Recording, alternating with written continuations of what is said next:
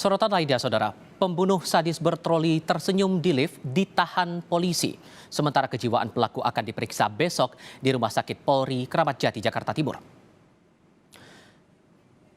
Christian Rudolf Tobing, pelaku pembunuhan sadis tersenyum di lift ini, hanya bisa tertunduk saat dihadapkan polisi kepada wartawan. Polisi menahan pelaku dan menjeratnya dengan pasal berlapis, pasal 360 pembunuhan berencana dengan ancaman hukuman mati dan pasal 365 pencurian dengan kekerasan.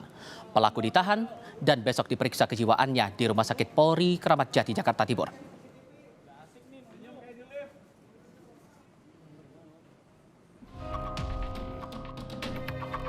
Senyum pelaku Christian Rudolf Tobing saat membawa jasad korban yang dibunuhnya di dalam troli dan sempat menyapa penghuni apartemen tentu jadi pertanyaan banyak pihak. Benarkah pelaku mengalami gangguan jiwa? Kriminolog Universitas Indonesia Reza Indragiri menyebut perlu hati-hati menyebut pelaku mengalami gangguan jiwa karena bisa jadi celah pelaku bebas dari jeratan hukum pembunuhan berencana. Saya pikir kita harus hati-hati menggunakan istilah-istilah semacam itu.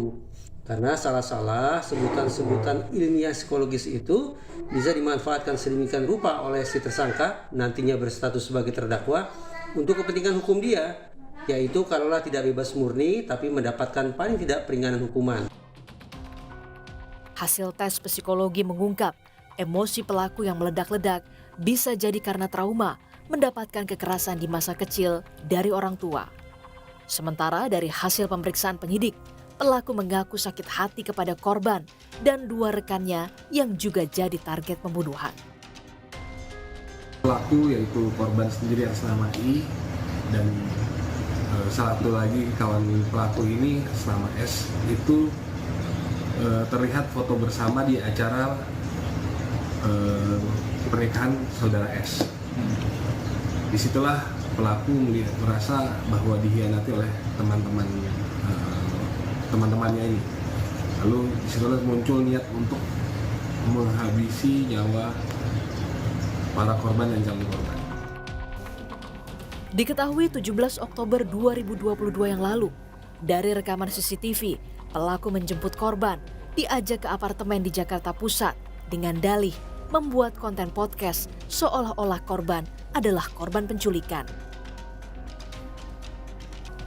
Usai membunuh, pelaku juga sempat terekam kamera CCTV dalam lift membawa jasad korban dengan menggunakan troli.